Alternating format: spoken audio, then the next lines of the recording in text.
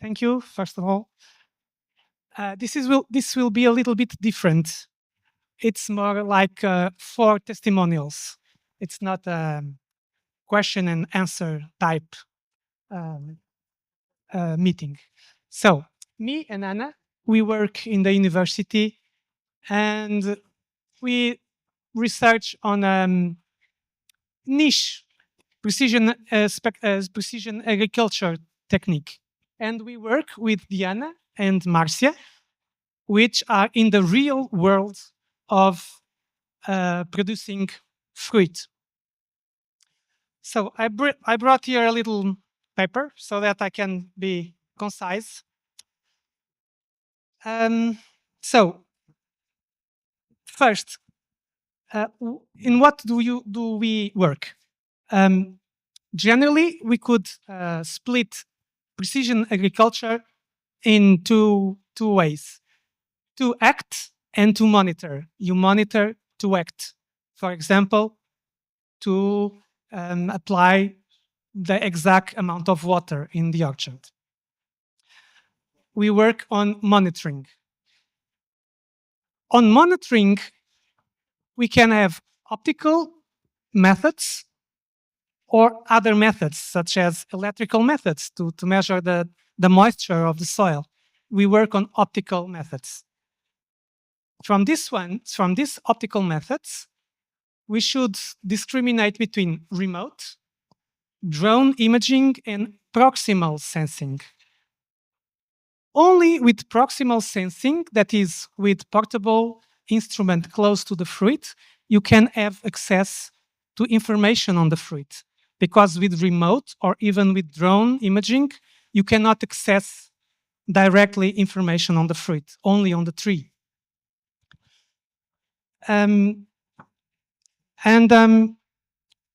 Why is that important? Because on managing the orchards, you need to monitor the quality of the fruit. And traditionally, this is done through destructive methods. That is, you need to destroy the fruit to extract the juice, to puncture it, and so we destroy fruit.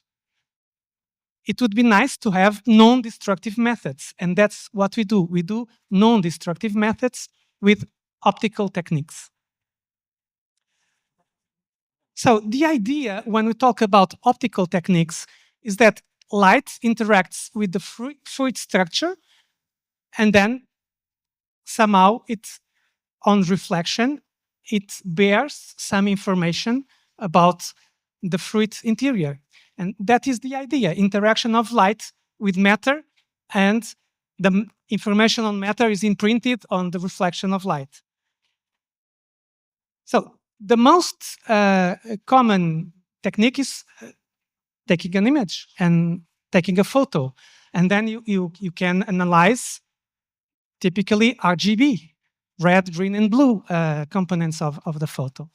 But the problem, for example, this is good to monitor the ripening of an orchard, but that is not very good in the post-harvest. Because in the post-harvest, as you know, you can have, for example, 2 fruits, one very reddish, one very yellowish. However, they have the same sweetness. So color is not that good to monitor the quality. You can have also NDVI, the famous NDVI, which is basically RGB plus an infrared component. And this is good. This adds some information specifically about the fruit structure. But this is not enough yet. So that's why we work in spectroscopy. When I talk about spectroscopy, you can think about a rainbow. A rainbow is a visible spectrum of the sunlight. And a spectrometer is a kind of a rainbow maker. It gets the light from the outside and splits in the components. And that's the advantage of spectroscopy, because you can access much more bands, because you can access ultraviolet and infrared. You got effectively much more information. And so this is where we work. Spectroscopy applied to monitoring of fruit. And so our vision, let's say, is to add these not so common sensors to embed it in the streamline, in the data stream of all other sensors that are already used in the orchards, such as the humidity or the weather stations. And you can add one more that gives a lot of information about fruit, and which is the spectroscopic measurements. And so basically, that is the vision. Now, I will go to Anna. She will give a little bit more detail. Hi, everyone. Hope you are having a nice afternoon. We are talking about agriculture, and we are going to talk about oranges. Sorry, the beach is outside. So we have to focus now on oranges. Because in the 15th century, the Portuguese navigators brought sweet orange to Portugal. And from here, it went everywhere in the planet. And it became a multi-billionaire supply chain. As we speaking of fresh fruit and its derivatives. So we are not talking about something small. It's really big. And in Algarve, we have this special citrus fruit, which are called Algarve citrus. They are different from those produced in Spain or produced in South Africa or produced in Brazil. They are very special, and we are very strict about their quality features. And the producers must observe these quality features and must be able to measure them extensively in the various orchards among the whole region in Algarve in a very fast and non-destructive way. So that's what we've been doing with both CACIAL and Frutas Tereso. With CACIAL, we started in 2015, and with Frutas Tereso, we started in 2022. In both cases, we use portable spectrometers, like Rui explained, and we try to create models to predict those features in a fast way. And like this, you can build a data set, and you can build like an app or something, and to observe your orchard the way it is evolving in terms of ripening and in terms of quality. And the markets for the Algarve citrus demand for fresh fruit usually. So we must be sure that these fruit are really, really good. And they must maintain this quality up to the last consumer. And all this starts on the field. So it's our tasks on the field to know exactly how the orchards ripen, because there is a large variability within and among different orchards located in different locations. It would be very nice to have this capacity. And I would like to say to you also that this we have had good results in terms of the determination of some of these features, which are, for instance, the sweetness of the fruit and the maturation index. But we were not so lucky with other features. But I mean, the way things are now, it's much better to have something that works on a large scale, even if it's affected by an error and if it's not perfect. That's our vision, and that's why we keep doing this work with them. Also, we must address the big challenges in our days. For instance, if you look at the worldwide funding for nature, they created something called the Great Food Puzzle that tells you exactly in your country what kind of food system you have and what you should eat to be sustainable. Also, the 2030 agenda also calls for the sustainability and sustainable development goals. So we have to address all these questions, and to be sustainable and to keep our production that sustains sociological and economics in this region, which is not only beach, and supports many, many lives and many families' lifestyles. The lifestyle we were talking about, it also comes from working very hard. So we would, one of the things that these things that I talked about ask is, for instance, to strengthen science research and development, adopt ATH methods, and develop supply chain infrastructure. All of these are contemplated in our work, because what we want to do is to provide producers with a smart tool so that they can have control on their fruit. And this fruit is Algarve citrus. Most of it is oranges, but also mandarins and also lemons.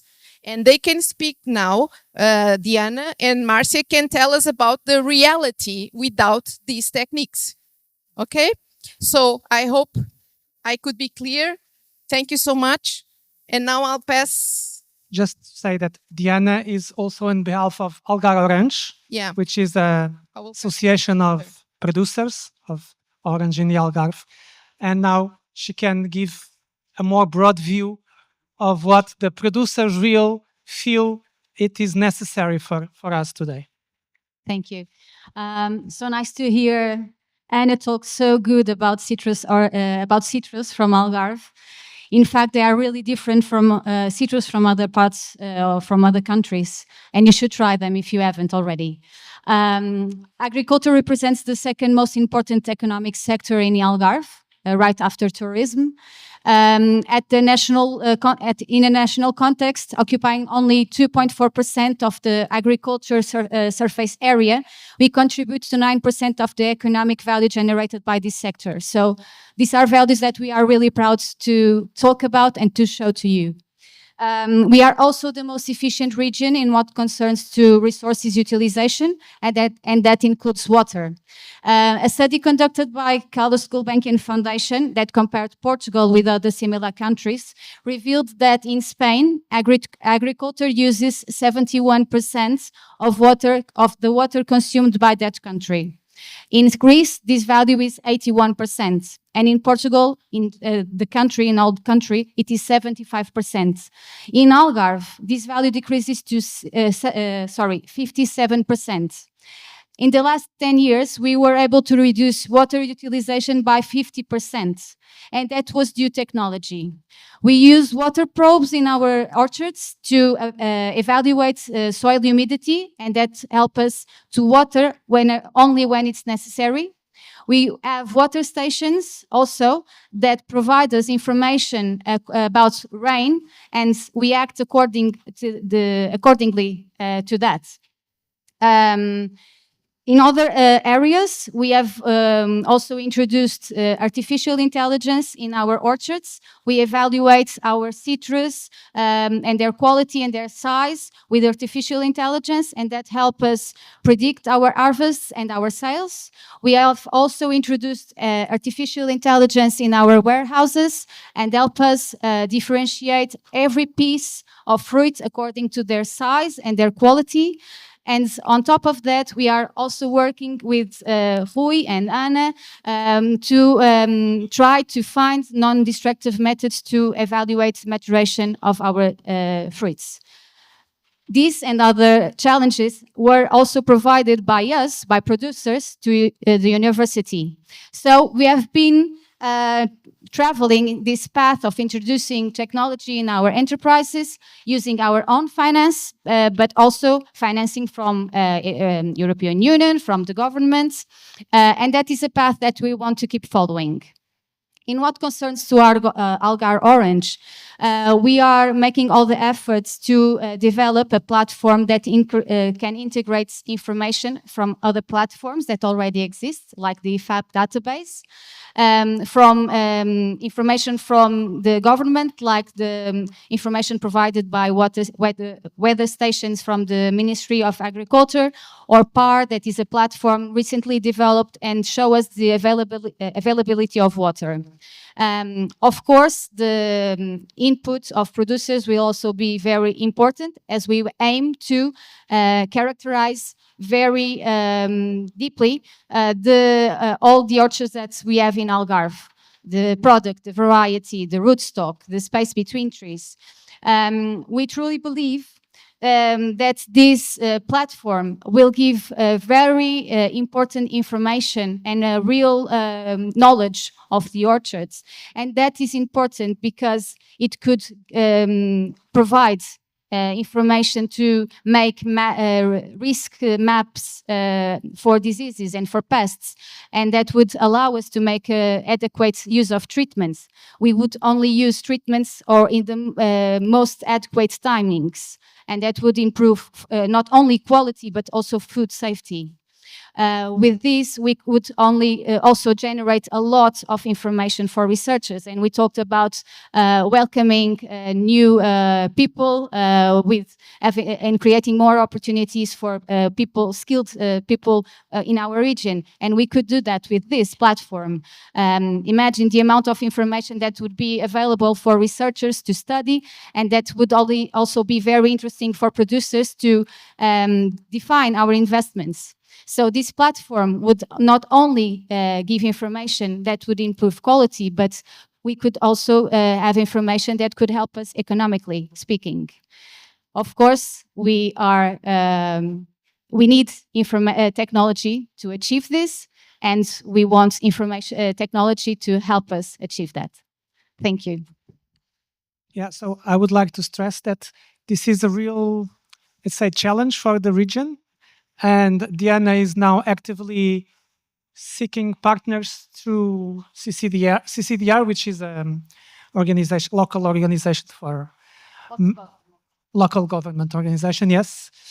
Well, in this endeavor, I think all contributions are welcome.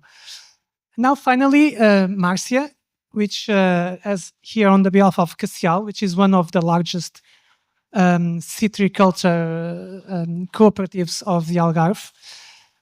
And she will talk us a little bit about the difficulties that one finds in the field where these marvelous techniques sometimes are not so marvelous. Márcia, you are talking in Portuguese and then I will translate, right? Okay. Yes, I will translate. Boa tarde a todos, obrigada pelo convite. For the invitation. Como o professor Rui Guerra e a doutora Ana Cavaco disse, a CACIAL, que é uma cooperativa de citricultores do Algarve, já colabora com a Universidade do Algarve desde 2015, no sentido de desenvolver métodos para avaliação de índices de maturação da fruta. Ou seja, o nosso mercado e os nossos fornecedores e os nossos consumidores cada vez estão mais exigentes. Marcia just said that they are very much prone to use this kind of technology that we are developing with them since 2015, and that consumers are more and more demanding. Yeah. Para comercializarmos citrinos no ponto ótimo de maturação, vendemos citrinos como IGP, ou seja, citrinos de indicação geográfica protegida, o qual requer um índice de maturação mínimo e é uma relação entre os açúcares e a acidez. Para tal, o que é que nós fazemos? Nós temos 60 anos de existência, CACIAL, portanto, imensos produtores diferentes, imensos pomares diferentes, os quais avaliamos pomar a pomar, tirando amostras de frutos para avaliação de índice de maturação. É um processo demorado e requer algum custo. Yeah, like Rui said in the beginning, and Marcia is confirming that they have a lot of work to do because they are using the destructive methods, and they have to evaluate every orchard. Since they are a very large company, they have they have hundreds of orchards throughout Algarve with very different conditions. So they have to do this assessment because oranges and mandarins are produced throughout the year. It's a 1-year task. And every 2 months, every month, they have to do this assessment.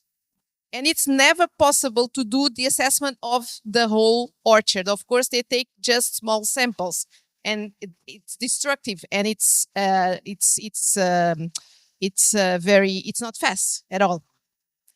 Os parâmetros que influenciam o índice de maturação são diversos, desde climatéricos ao tipo de terreno, o tipo de porte-enxerto da planta, a exposição solar, e por esses fatores todos é importante apurar um método mais assertível e que se conseguíssemos fazer in loco era o ideal. Portanto, temos ajudado aqui nesta caminhada para desenvolver este método, mas no momento utilizamos um método destrutivo da fruta. Yeah, they are still using this destructive, and their experience on the field helps them to know that if an orchard, for instance, is close to the sea, it will ripen faster than one that is inside, near the mountains, for instance. But they always have to do this continuous and very, very slow mode assessment on all the orchards, because the PGI certification is very, very strict. And if those levels for maturity and quality of the fruit are not reached, we cannot sell them as Algarve. We cannot sell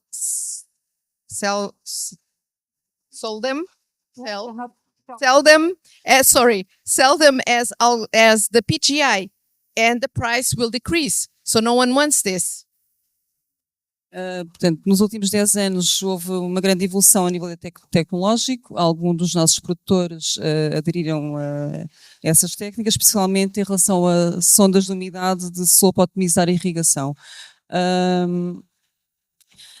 Dada principalmente aqui o nosso período de seca, não é? E as alterações climáticas que nos deparamos, portanto, cada vez é mais urgente utilizar os recursos naturais de uma forma consciente e sustentável. Yeah. Contudo, este tipo de tecnologias não se aplica a todos por vários fatores, entre eles o custo de implementação, porque, por exemplo, nós não somos uma OP, portanto não temos apoios para este tipo de tecnologias, teria que ser individual, portanto todos os custos são a cargo do produtor. A desconfiança por parte dos produtores em relação a certas tecnologias, a sua formação, a sua própria formação, e a utilização dos dados fornecidos na prática, porque receberem os dados e não conseguirem em tempo real e serem eficazes, também depois perde-se um pouco a objetividade da tecnologia, não é?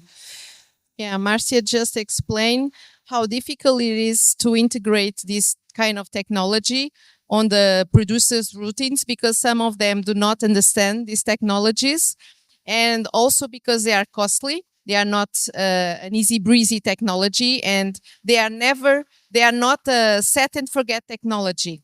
And even when they are using sensors, for instance, some of the producers that belong to the cooperative, they are using already sensors, for instance, for the water, etc. And even so, it's difficult, it's costly, and sometimes they don't have the support they should by the companies that sell them these sensors. So it's not that easy to take this leap to the other side, to the digital side. Right? Yeah. Tecnologia dá-nos uma indicação de como tomar a decisão, mas não é suficiente ter os recursos e o saber utilizá-los. Portanto, é fundamental. Yeah, it still is not technology. Just for the time being, just gives them some hints on what they should do, but it's not their basis of work. because it's not in every orchard, and it's not spread throughout all producers. So we are still working on this. Tem que ser, They are still working on this. e tem que ser um complemento do trabalho de um técnico, de um agricultor, não elimina a sua observação e a sua visita diária, não é? De acompanhamento dos seus pomares. The hard work of the technicians and the producers that must use their experience to evaluate the fruit quality. Okay, I think Obrigada. we're done. Thank you. We're done. Oh, can I just add something?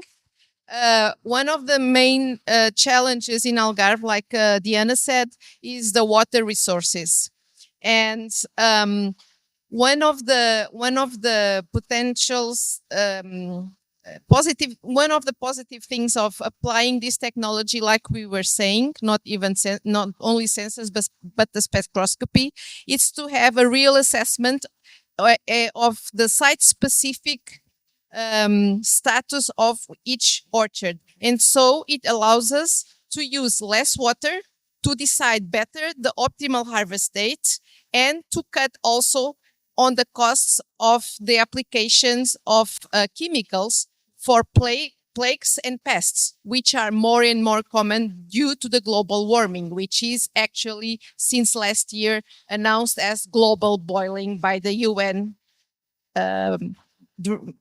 present, right? So basically it's this. Okay. Thank you. Thank you.